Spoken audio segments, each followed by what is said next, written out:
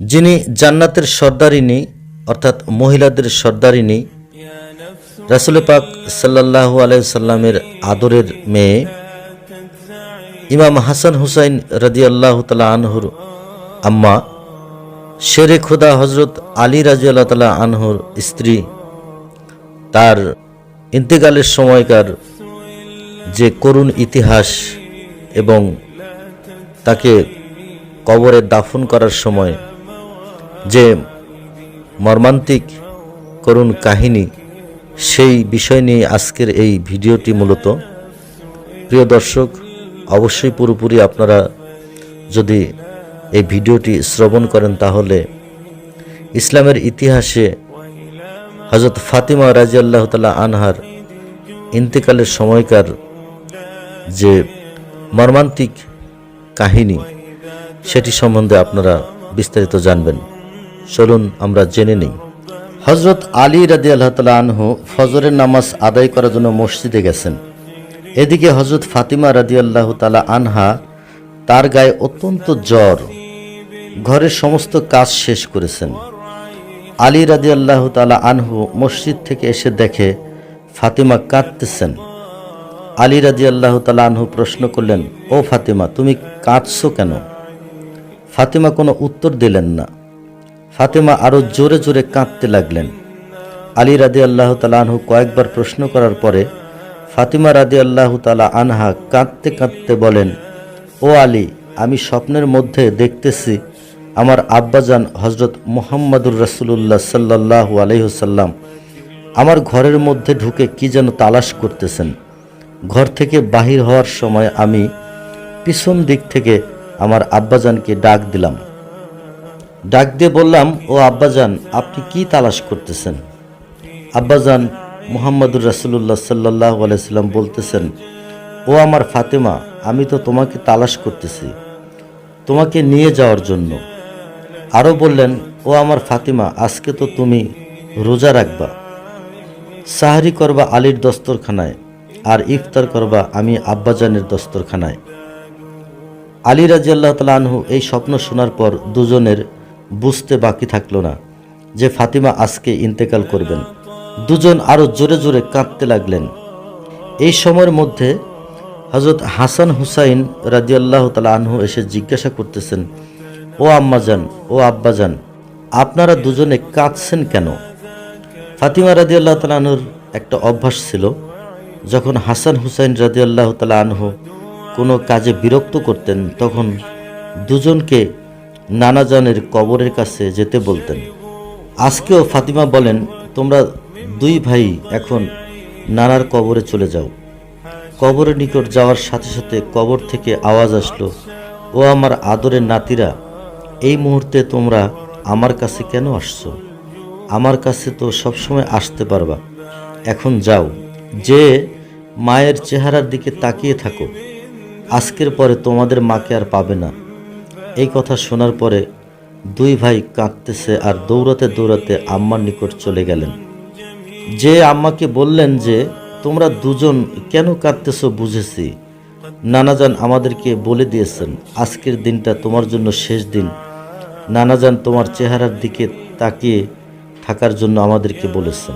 বিকেলের দিকে হযরত ফাতিমা রাদিয়াল্লাহু তাআলা আনহার শরীর বেশি খারাপ হতে লাগলো। তাকে বিছানাতে শোয়ানো হলো। ফাতিমা রাদিয়াল্লাহু তাআলা আনহার মৃত্যুর পূর্বক্ষণে আলী রাদিয়াল্লাহু তাআলা আনহুকে তিনটি কথা বললেন।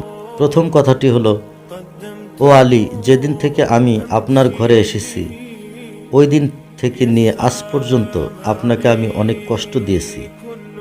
আলী, আপনি যদি আমাকে ক্ষমা না করেন তাহলে কিয়ামতের ময়দানে আমি সন্তানের কারণে আমার আব্বাজান অনেক লজ্জিত হবেন। বলেন, আপনি আমাকে ক্ষমা করলেন কিনা?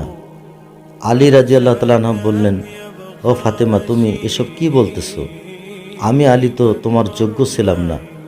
তোমার আব্বাজান দয়া করে মেহেরবানি করে তোমাকে আমার সাথে বিয়ে দিয়েছেন। বিয়ের দিন থেকে নিয়ে আজ পর্যন্ত আমি আলী তোমাকে কোনো দিন ঠিকমতো দুই বেলা খানা খাওয়াতে পারি নাই। ও ফাতিমা, তুমি বলো আমাকে ক্ষমা করছো কিনা? তুমি যদি আমাকে ক্ষমা না করো তাহলে আমাকে কিয়ামতের দিন কঠিন শাস্তি ভোগ করতে হবে।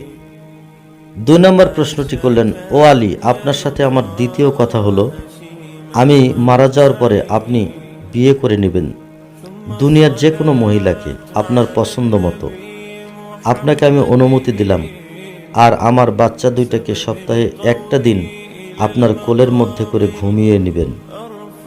3 নম্বর যে প্রশ্নটি হযরত ফাতিমা রাদিয়াল্লাহু তাআলা আনহা হযরত আলী রাদিয়াল্লাহু তাআলা আনহুকে করেছিলেন, সেটি হলো, ও আলী, আপনার সাথে আমার তৃতীয় কথা হলো, হাসান হুসেন যখন বালেগ হবে তখন তাদের 2 ভাইকে আল্লাহর রাস্তায় সোপর্দ করে দিবেন এবং আমাকে রাতের বেলায় দাফন করবেন।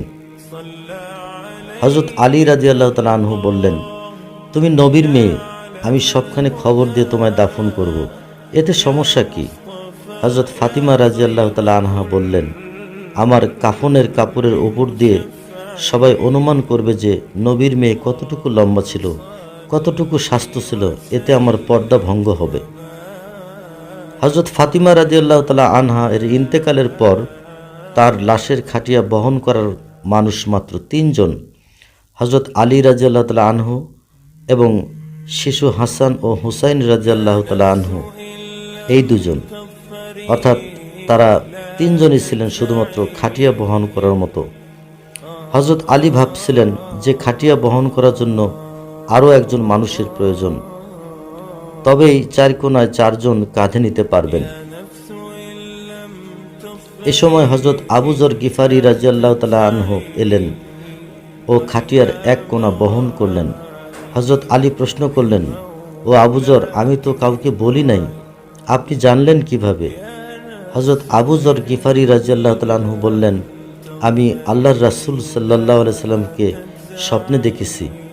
তিনি বললেন, হে আবু যর, আমার ফাতিমার লাশ বহন করার জন্য লোকের অভাব, তুমি তাড়াতাড়ি চলে যাও। ও আলী, আমাকে তো হুজুরে আকরাম সাল্লাল্লাহু আলাইহি সাল্লাম আসতে বলেছেন। হযরত ফাতিমা রাদিয়াল্লাহু তাআলা আনহা তাকে যখন কবরে নামাচ্ছেন, তখন হযরত আবু যর গিফারি রাদিয়াল্লাহু তাআলা আনহু কবরের কাছে গিয়ে কবরকে উদ্দেশ্য করে বললেন, হে কবর, তুই কি জানিস আজ তোর মধ্যে কাকে রাখছি? আজকে তোর মাঝে এমন একজন মানুষকে রাখছি, এটা জান্নাতের সকল মহিলাদের সর্দার ফাতিমা রাদিয়াল্লাহু তাআলা আনহা। কবর থেকে কোনো আওয়াজ নাই। তারপরে আবু যর গিফারি রাদিয়াল্লাহু তাআলা আনহু আবার কবরকে প্রশ্ন করলেন। এটা হলো হযরত আলী রাদিয়াল্লাহু তাআলা আনহুর স্ত্রী। এবারও কবর থেকে কোনো আওয়াজ নাই। তারপরে হযরত আবু যর গিফারি রাদিয়াল্লাহু তাআলা আনহু আবারও প্রশ্ন করলেন, এটা দোজাহানের বাদশাহের মেয়ে, খবরদার কবর, বেয়াদবি করবি না। আল্লাহ তাআলা কবরের জবান খুলে দিলেন। কবর বলল, আমি এমন একটি ঘর যার মধ্যে কোনো বংশ পরিচয় কাজ হয় না। আমি দোজাহানের বাদশাহের মেয়ে ফাতিমাকে চিনি না, হযরত আলীর স্ত্রীকে আমি চিনি না, হযরত হাসান হুসাইন তাদের আম্মাকেও আমি চিনি না, জান্নাতের মহিলাদের সর্দারিনীকে আমি চিনি না। আমি শুধু চিনি ঈমান আর আমল। আমার মধ্যে যদি কেউ ভালো আমল নিয়ে আসে, তাহলে আমি কবর তাকে জান্নাতের বিছানা বিছিয়ে দেব। আর যদি কেউ খারাপ আমল নিয়ে আসে, তাহলে আমি কবর দুদিক থেকে এমন জোরে চাপ দেব, হাড় মাংস মিশে একত্রিত হয়ে যাবে। আমার মুসলমান ভাই ও বোনদের উদ্দেশ্যে বলছি, একটু চিন্তা করে দেখুন, যদি রাসূল আকরাম সাল্লাল্লাহু আলাইহি সাল্লামের আদরের মেয়ে ফাতিমা রাদিয়াল্লাহু তাআলা আনহা, যাকে জান্নাতের সর্দারিনী বলা হয়েছে, তার জন্য যদি কবর এমন কথা বলতে পারে, তাহলে আমাদের কি অবস্থা হবে?